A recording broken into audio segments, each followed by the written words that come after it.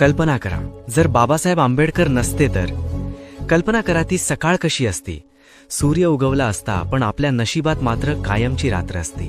शाळेचं गेट उघडं असतं, पण एका लहान मुलाला बाहेरूनच फळ्याकडे पाहावं लागलं असतं.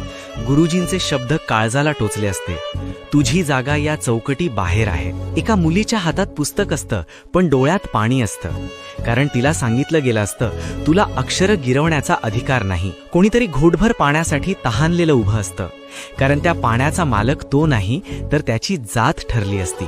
आज आपण शाळेत जातोय, हक्काने बोलतोय आणि सन्मानाने जगतोय. हे सगळं सहज मिळालं नाही. कोणीतरी आपल्या वेदना स्वतःच्या काळजात जाळल्या, स्वतःची मुलं गमावली, पण आपल्याला माणूस म्हणून जगण्याचा अधिकार दिला.